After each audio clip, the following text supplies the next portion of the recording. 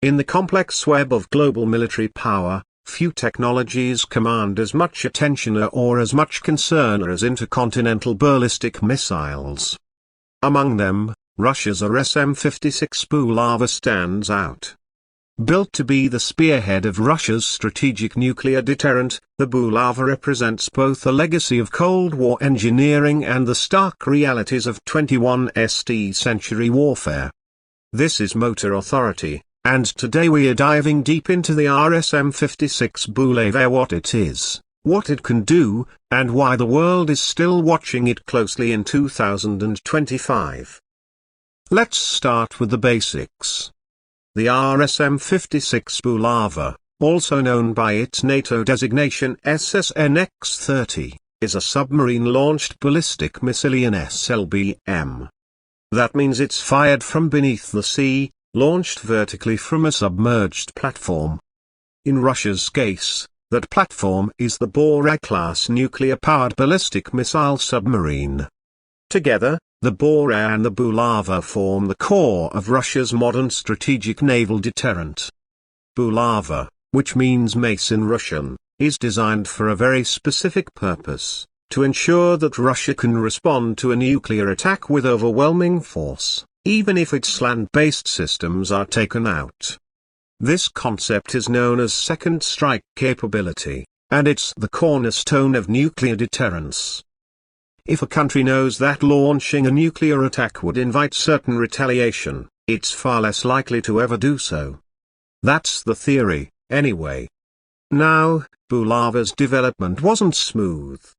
In fact, it's one of the most controversial missile programs in modern Russian military history. Development began in the late 1990s, under the pressure of modernizing the aging Soviet-era missile arsenal. But the early 2000s were marked by test failure after failure. Malfunctions in guidance, separation, and engine systems plagued the program, raising serious questions about its viability. At one point, nearly half of the test launches failed. But Russia stuck with it. Over time, improvements were made.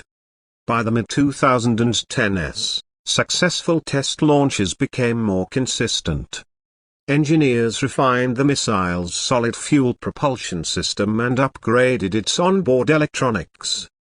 By the late 2010s, Bulava was officially declared operational and began active deployment aboard Bora-class submarines. Fast forward to 2025, and the RSM-56 Bulava has matured into a credible and powerful weapon.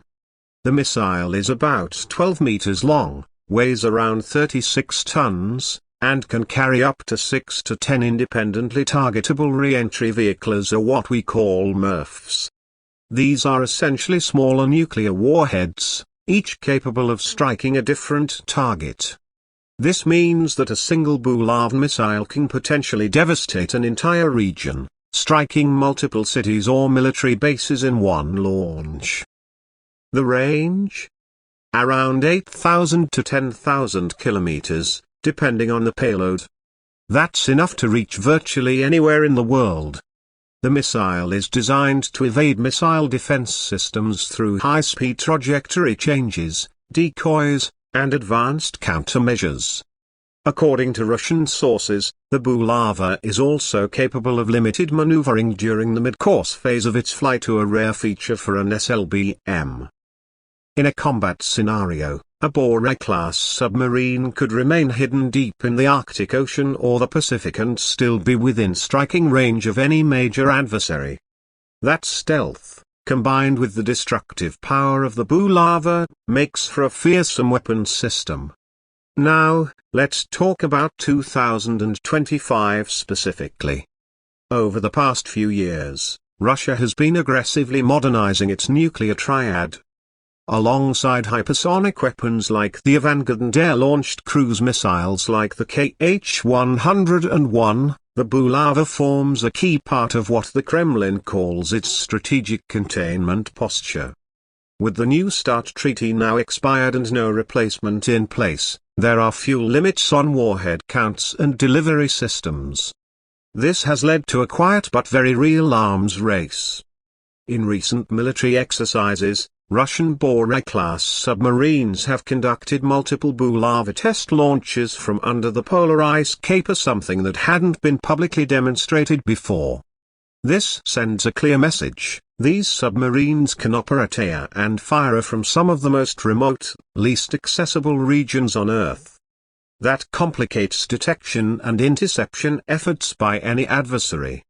At the same time, satellite imagery and open-source intelligence have shown an increase in patrols of the Northern Fleet, which operates several Bora submarines. That suggests that Bulava-equipped vessels are now a regular and constant presence in key global hotspots, including the Arctic and the Pacific. From a technical standpoint, analysts have pointed out some notable updates to the Bulava system in the past 2 years. While the core design hasn't changed, newer iterations are believed to carry improved penetration aids, or tools like decoys and electronic jammers to defeat missile defense systems. There are even rumors, although unconfirmed, that some versions may carry hypersonic glide vehicles instead of traditional MRFs, making interception nearly impossible. So why does this matter to you, to us, to anyone outside the military-industrial world? Because the Bulava is not just a missile. It's a signal. It tells us about power projection, about deterrence, about the balancia or imbalancia of global military might. Every time a Bulava is launched, even in a test, it ripples across intelligence networks and command centers in Washington, Beijing, London, and beyond. It also represents a strategic shift. During the Cold War, much of the nuclear balance was land-based, silo-launched missiles, bombers, tank divisions in Europe. Today, the focus is under the sea. Submarines like the Bora are quieter than ever, harder to track, and more lethal. The Bulava is a perfect match for that doctrine. It's designed not to start a war, but to end one before it begins, through the threat of overwhelming retaliation. Of course, some critics argue that these weapons increase the risk of accidental escalation. The more complex and widespread nuclear systems become, the higher the chance that a miscalculation, a technical error, or even a rogue actor could trigger a disaster. That's the dark side of the Bulava and all strategic missiles, really. They offer security through the threat of total annihilation. It's a paradox, and it's one the world still wrestles with. Looking ahead, we can expect the Bulava to remain a central piece of Russia's strategic deterrent. Newer submarines, like the Bora class, are being launched with even quieter engines and upgraded launch capabilities. Some may even carry 20 Bulava missiles each, giving them the firepower of an entire Cold War-era land-based missile regiment in one vessel. In the end, the RSM-56 Bulava is more than just a missile. It's a statement. A message carved into steel and carried beneath the oceans, that Russia intends to remain a nuclear power on par with any other.